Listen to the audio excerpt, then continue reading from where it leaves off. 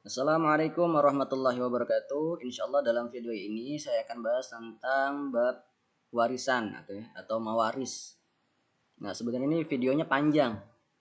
Ada part 1, part 2, part 3 dan itu saya gabung semua. Kenapa? Karena minggu depan sudah ujian. Jadi saya tidak bisa mengulur-ngulur materi lagi. Maka dari ketiga part itu saya gabung jadi satu, tapi saya sederhanakan. Oke, jadi ketika seorang meninggal dan dia punya harta warisan, maka itu harta warisan tidak serta-merta langsung dibagikan, tapi ditunaikan dulu hak-hak yang ada dalam harta tersebut. Nah, ini ada 4, ada utang, biaya pengurusan mayat, zakat, dan wasiat. Nah, ini urutan ya, ini urutan. Harus utang dulu ditunaikan. Nah, bisa jadi dia punya harta atau uang 1 miliar, tapi utangnya 1 miliar juga. Maka tidak ada yang bisa diwariskan. Karena dia utangnya ngepas sama hartanya. Atau dia utangnya lebih besar dari harta yang dia punya. Maka tidak ada warisan. Karena utang lebih wajib untuk dibayarkan. Kenapa? Karena itu menyangkut hak orang lain. Jadi kalau ada utang, maka utang itu lebih wajib dibayarkan. Walaupun utangnya lebih gede dibanding hartanya. Jadi yang pertama utang. Jangan sampai nanti dia punya utang tapi nggak dibayarkan. Nah itu satu keluarga dosa semua. Maka utangnya dulu dilunasi. Bisa jadi dia hartanya 1 miliar, dia utangnya 2 miliar. Maka ya nggak ada warisan yang bisa diwariskan. Karena hakikatnya harta yang dia punya itu adalah hak orang lain. Yang kedua setelah utang sudah lunas, maka biaya pengurusan mayat atau jenazah seperti kain kafan, terus beli tanah berapa meter gitu. Yang ketiga, zakat harta tersebut. Jika sudah jatuh tempo ya, sudah jatuh haul dan nisabnya sudah mencapai nisab, maka zakatnya wajib dikeluarkan. Tapi tetap yang lebih prioritas itu utang dulu. Utang dulu ditanyain, ini dia punya utang enggak? Utangnya punya 50 juta, itu wajib dibayarkan. Jangan zakat atau warisannya dulu diluarin. Utang itu lebih utama. Ini makanya urutan gitu ya. Zakat itu tidak bisa dibayarkan kalau dia punya utang, nggak bisa. Utangnya dulu, yang utama itu utang. Utang, biaya pengurusan mayat, kalau dia wajib zakat ya dikeluarin zakatnya, dan yang terakhir wasiat. Ya, wasiat itu apa? Wasiat itu memberikan harta, ya, seorang yang meninggal memberikan harta kepada orang yang bukan ahli waris. Misalnya bapak kalian meninggal, terus dia punya utang budi sama salah satu tetangga, pengen ngasih harta sekian-sekian, itu bisa walaupun tetangga itu bukan ahli waris, namanya wasiat. Tapi wasiat ini nggak bisa lebih dari sepertiga, dia maksimal sepertiga. Wasiat itu tidak boleh dari 1/3 bagian ya. Syarat mendapatkan warisan, yang pertama mewaris telah meninggal ya, udah pasti. Yang kedua, ahli waris masih hidup ya. Yang ngasih warisan udah meninggal, yang nerima warisan ada atau masih hidup. Yang ketiga, diketahui hubungan ahli waris dengan si mewaris. Dia harus jelas tuh keturunannya, status nasabnya. Misalnya ada orang meninggal, dia punya harta banyak, ya. Dia punya harta banyak, terus tiba-tiba ada yang ngaku anaknya, tiba-tiba ada yang ngaku istrinya. Nah itu harus jelas, harus ada bukti yang otentik. Ya. Kalau dia anaknya buktinya apa, kalau dia istrinya buktinya apa, gitu. Dia harus jelas. Sebab menerima harta warisan, nah, yang pertama pernikahan, ya. Seperti seorang istri mewarisi harta suaminya. Yang kedua nasab atau keturunan ya, udah pasti. Seperti seorang anak mewarisi harta ayahnya. Yang ketiga al-wala ya. Al-wala itu adalah orang yang memerdekakan budak. Maksudnya gimana? Kalau misalnya saya punya budak ya, lalu saya memerdekakan budak tersebut. Ya, maka ketika budak itu nggak punya keluarga, ya, sebatang kara, terus dia meninggal dan punya harta, maka saya sebagai orang yang memerdekakan dia berhak untuk mendapatkan hartanya dia dengan ketentuan tertentu. Yang terakhir adalah Islam, ya. Orang di luar Islam tidak bisa mewarisi harta orang Islam. Sebab-sebab tidak mendapatkan waris. Yang pertama adalah status budak. Yang kedua membunuh, sengaja atau tidak disengaja. Bahkan tidak disengaja pun dia tetap dikatakan membunuh. Misalnya ada anak laki-laki, ya, lagi main bola, ya, terus nendang nggak sengaja kena bapaknya. Kebetulan bapaknya serangan jantung, dia punya penyakit jantung, terus meninggal. Nah itu termasuk membunuh juga, walaupun tidak disengaja tetap membunuh, ya. Membunuh sengaja atau tidak disengaja tetap menghalangi atau tidak mendapatkan warisan. Yang ketiga itu perbedaan agama, udah pasti ya. Yang keempat murtad. Ada seorang anak yang punya hak waris, tiba-tiba dia murtad, maka hak warisnya menjadi hilang, tidak berlaku lagi hak warisnya. Nah ini part 2, bagian-bagian ahli waris. Nah, ini ada jenis-jenisnya. Yang pertama ahli waris zawil wurud. Ini jenis yang pertama adalah ahli waris yang sudah diatur dalam ketentuan Al-Quran dan hadis. Jadi di Al-Quran itu sudah ditentukan siapa-siapa aja yang dapat setengah, dapat 2/3, dapat 1/4, dapat 1/6, dapat 1/8, itu sudah ditentukan dan itu sudah pasti orang itu mendapatkan.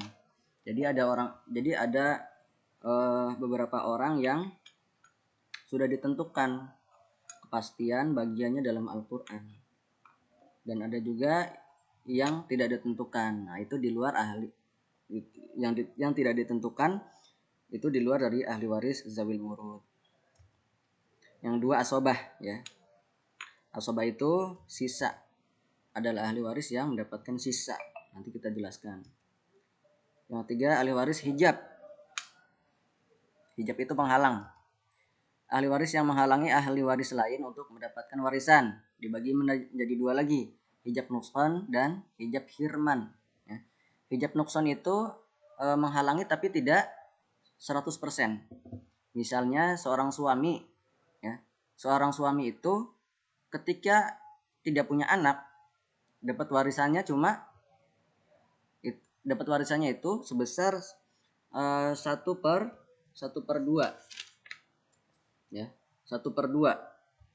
Nah tapi kalau suami ini dia punya anak, maka bagiannya jadi 1/4, jadi berkurang. Yang tadinya banyak jadi sedikit karena ada anaknya, karena anaknya juga menerima warisan, jadi dia kepotong tuh sama anaknya. Dan anaknya itu statusnya adalah sebagai hijab nukson bagi ayahnya, ya, mengurangi bagian ayahnya.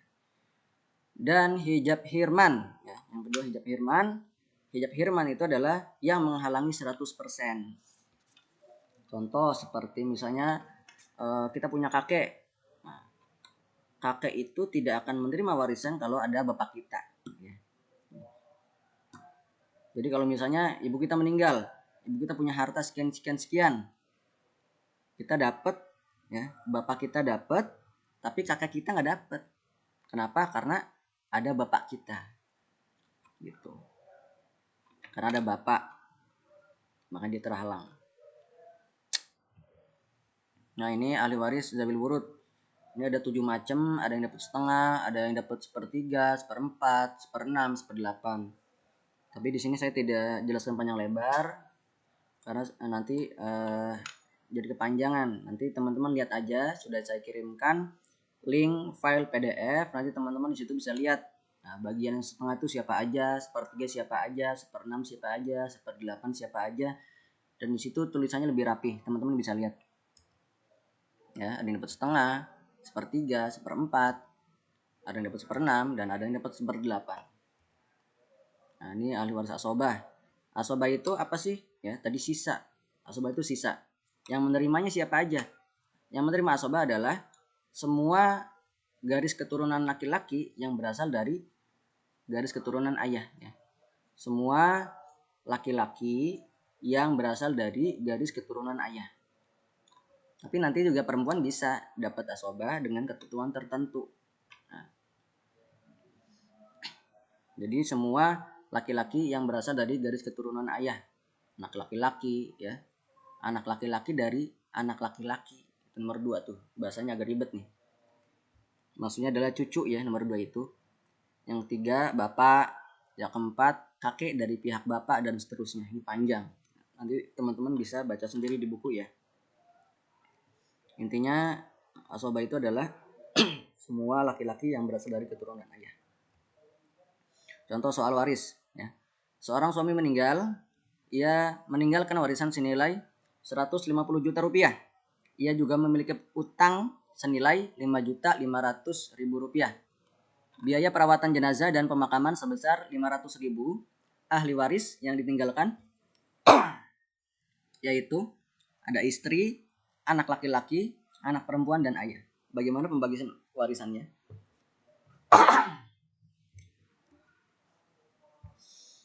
Hartanya 150 juta rupiah. Ya, seperti yang saya bilang tadi di awal, ketika ada harta warisan itu tidak bisa langsung dibagikan. Kenapa? Harus ditunaikan hak-hak dari hartanya itu dulu. Ya, nggak bisa langsung dibagikan. Ditanya dulu dia punya utang apa enggak. Oh ternyata dia punya utang. 150 juta rupiah dikurangi utang dan biaya kematian.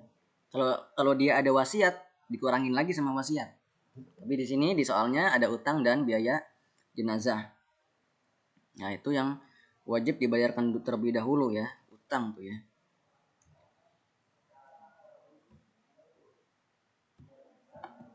Oke, 150 juta dikurang 6 juta total yang harus dibayarkan. Maka harta realnya, harta yang sesungguhnya itu adalah 144 juta rupiah. Penghitungannya gimana? Oke. Istri bagiannya itu 1/8 ya. Istri 1/8. Kenapa? Karena yang meninggal ya, karena suaminya itu punya anak. Kalau nggak punya anak ya, kalau istrinya dia nggak punya anak, maka istri itu bagiannya 1/4 lebih besar. Tapi karena punya anak dan anaknya juga dapat bagian, maka dapat 1/8, jadi berkurang. Itu namanya hijab nukson ya, menutupi tapi tidak 100%. Nah yang kedua ada ayah. Maksudnya ayah ini ayah si suaminya ya, bukan ayah si anak, ayah suaminya, ayah dari suami ya, ayah dari suami yang meninggal mendapatkan bagian 1/6 ya. Kenapa? Karena si ayah ini punya cucu ya. Ayahnya si suami ini punya cucu ya. Karena suaminya ini suaminya istri ini dia punya anak, atau si ayah ini, ayahnya si suami ini punya cucu. Jadi 1/6, jadi berkurang karena si cucunya juga mendapatkan warisan. Terus gimana nih? Anak laki-laki dan perempuan dia dapat asobah sisa ya. Jadi anak perempuan itu dia ngikut sama anak laki-laki. Kalau ada anak laki-laki dan anak laki-laki jadi asobah, maka perempuan juga ngikut ya. Makanya tadi kan pengertian asobah apa?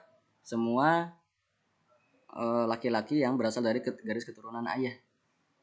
Sebenarnya perempuan juga bisa ngikut ya. Kalau dia punya saudara laki-laki, dia bisa ngikut perempuan itu. Kalau dia punya saudara laki-laki. Tapi kalau nggak punya saudara laki-laki, dia bagiannya ditentukan ya. 1/berapa, 1/berapanya gitu. Istri 1/8 dikali 144 juta sama dengan 18 juta. Ayah ya, ini ayahnya si suami, jangan salah paham, ayahnya si suami atau kakeknya si anak, sama dengan 1/6 dikali 144 juta rupiah sama dengan 24 juta. Maka yang dibagikan berapa? Bagian istri si suami dan ayah si suami totalnya 42 juta rupiah.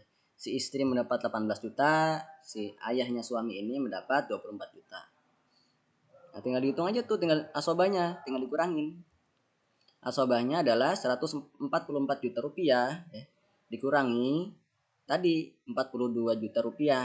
Yang tadi jumlah dari istri dan ayahnya si suami tadi ya, 42. Tambah dengan 102 juta rupiah. Ini sisanya. Nah, kita hitung tuh, anak perempuan bagiannya berapa? 1/3. Ya, anak perempuan 1/3 dikali 102 juta rupiah.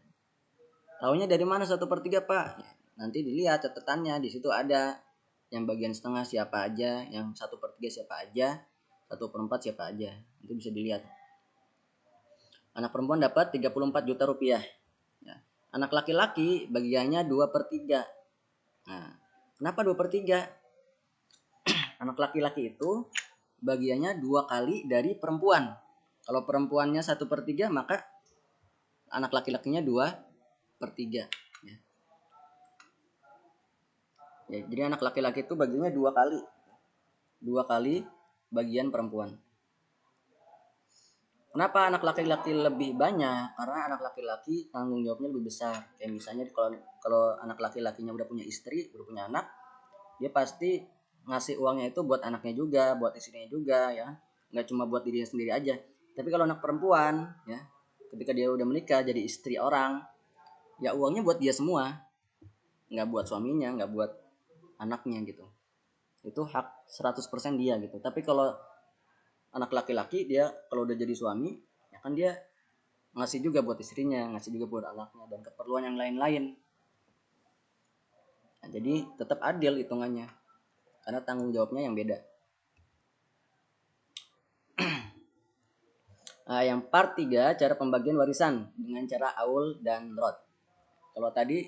Kalau yang sebelumnya itu cara hitungan warisan yang biasa, yang normal.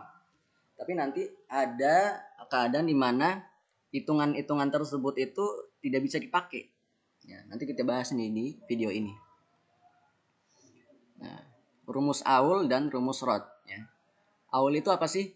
Digunakan jika harta warisan ternyata kurang ketika dibagikan sesuai bagian asal. Maksudnya gimana, Pak? Nah,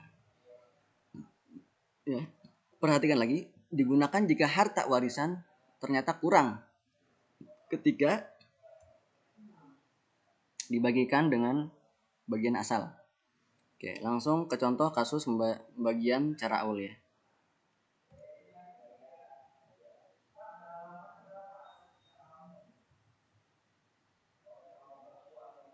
Oke, ini ada soal. Seorang perempuan meninggal dunia. Ia meninggalkan seorang suami, 2 orang saudara perempuan sebapak, ya, dan 2 orang saudara perempuan seibu. Nah, ini kata kuncinya nih, hati-hati. Ada 2 orang saudara perempuan sebapak dan ada juga 2 orang saudara perempuan seibu. Nanti beda bagiannya. Walaupun sama-sama 2 saudara perempuan, karena sebapak dan seibunya itu nanti bisa beda. Karena sebapak atau seibunya itu loh. Setelah seluruh kewajiban mewaris telah ditunaikan, maksudnya apa? Kayak utang, terus biaya pengurusan jenazah, zakat, wasiat. Nah, itu kewajiban yang harus ditunaikan udah semua. Akhirnya jumlah harta yang sesungguhnya itu ada 270 juta rupiah. Nah, ini cara pembagiannya gimana? Jawab, suami bagiannya setengah. Ya. Suami bagiannya setengah dikali 270 juta rupiah.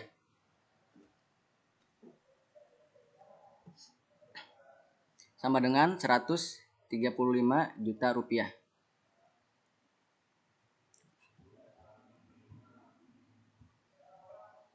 Ya. Kenapa suami dapatnya setengah? Ya karena dia di soal itu tidak disebutkan anak. Otomatis dia nggak punya anak. Nah, terus Pak, yang 2 orang saudara itu siapa Pak? 2 orang saudara perempuan sebapak dan 2 orang saudara perempuan seibu. Nah, itu saudaranya yang meninggal. Yang meninggal itu istrinya. Istrinya punya saudara, ya.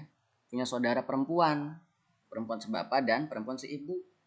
Tapi di soal tidak disebutkan anaknya. maka suami dapatnya setengah karena dia tidak punya anak. Dapatnya 135 juta rupiah.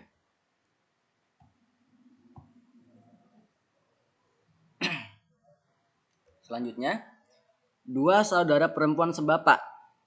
Ya. 2 orang saudara perempuan sebapak dapatnya 2/3. Ya. 2/3 dikali 270 juta rupiah sama dengan 180 juta rupiah. 2 saudara perempuan seibu dapatnya 1/3. Nah, makanya tadi beda ya. Walaupun sama-sama 2 saudara perempuan, tapi karena sebapak dan seibunya itu beda. Kalau sebapak dapatnya 2/3, kalau seibu dapatnya 1/3. Dikali 270 juta, dapatnya 90 juta. Nah, nanti ada yang janggal nih, ada yang aneh. Setelah kita jumlah, kok dapatnya 405 juta rupiah? Kan aneh. Padahal tadi hartanya berapa? 270 juta rupiah. Tapi setelah dihitung-hitung jumlahnya totalnya ada 405 juta rupiah. Maka nggak nyambung nih. Nah, maka ketika kita menemukan hal seperti ini, barulah kita pakai cara aul, ya. Nah, disinilah baru cara aul digunakan. Ya. Kalau kita nemu kendala seperti ini, baru kita pakai cara aul. Nah, caranya gimana? Langkah 1, cari KPK dari pembilangnya. Ya, tadi suami dapat berapa? Setengah. 2 saudara perempuan sebapak dapat 2/3. 2 saudara perempuan seibu dapat 1/3. Kita cari KPK dari pembilangnya. Pembilangnya ada 2, 3, dan 3. Ya, ini pembilang. Kita cari KPK dari 2 dan 3 adalah 6. Langkah kedua, cari bagian tiap ahli waris. Caranya gimana?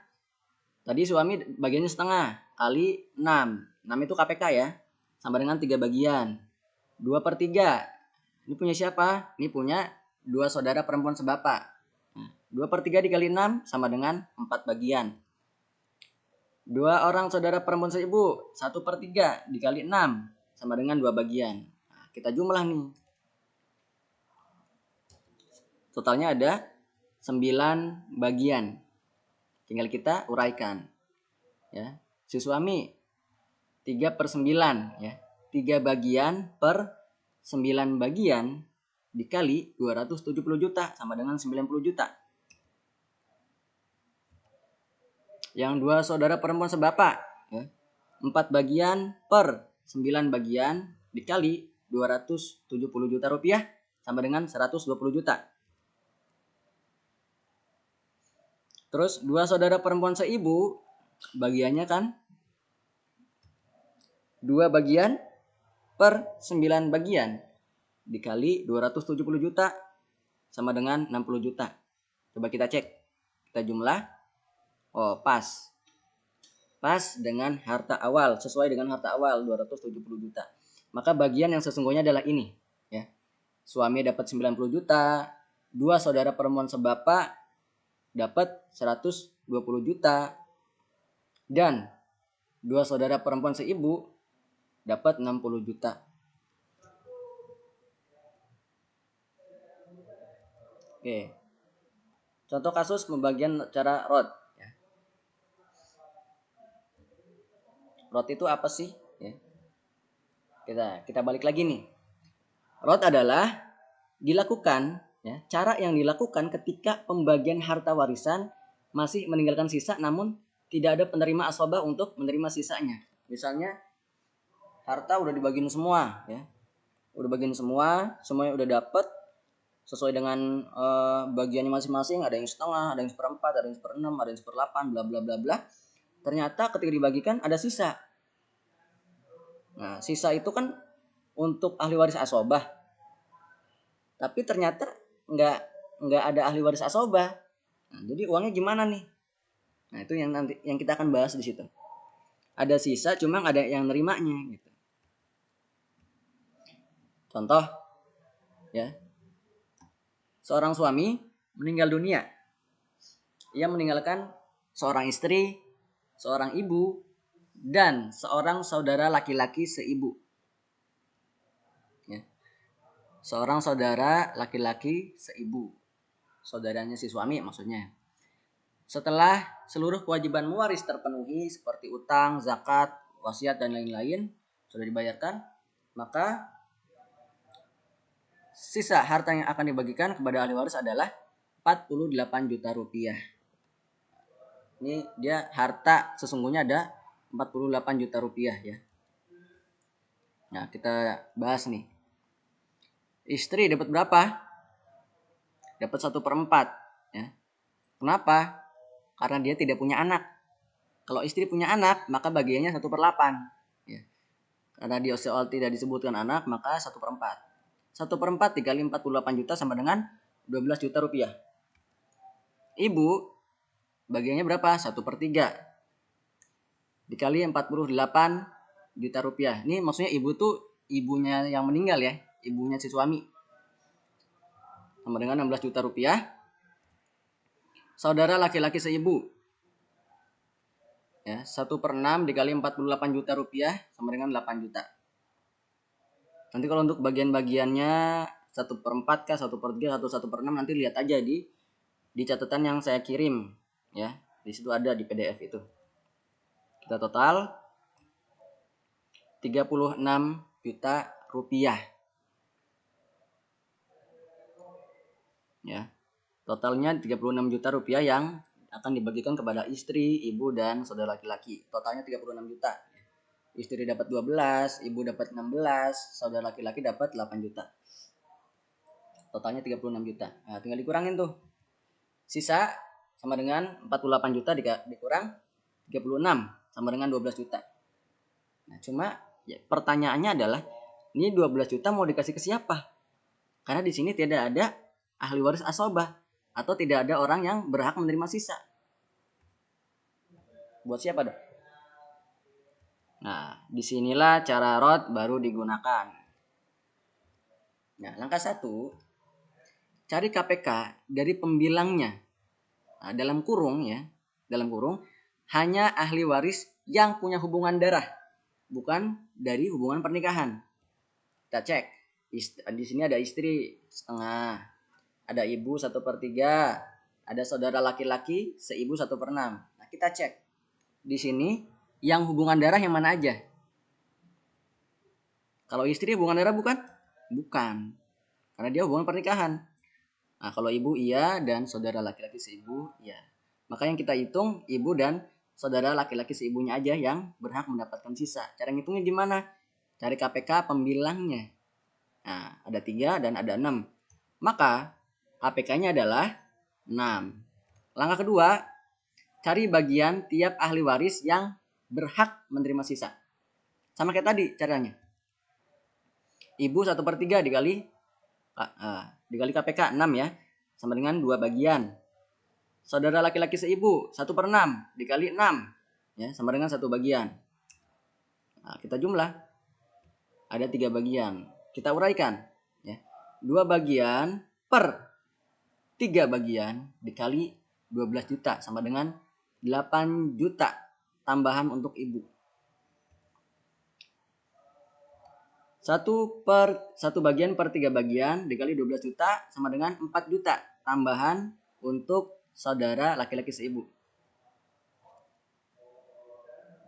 Jadi dapat tambahan nih, ibu dapat tambahan 8 juta, yang saudara laki-laki seibu dapat tambahan 4 juta. Dengan demikian, bagian-bagian yang diterima ahli waris adalah ya, istri tetap 12 juta, tetap nggak dapat tambahan, sisa karena dia bukan dari hubungan darah. Ibu di hitungan awal tadi udah dapat 16 juta dan ibu juga dapat mendapatkan tambahan uang 8 juta rupiah dari sisanya itu. Ya. Ya, kenapa ibu dapat asobah? Karena orang yang menerima asobah tidak ada, maka yang memperoleh sisa adalah orang yang punya hubungan darah gitu loh. Maka ibu dapat 24 juta totalnya. Saudara laki-laki seibu di awal udah dapat 8 juta dan dapat tambahan 4 juta. Jadi 12. Ya. Seperti itu. Wallahu a'lam bishawab. Semoga bermanfaat. Wassalamualaikum warahmatullahi wabarakatuh.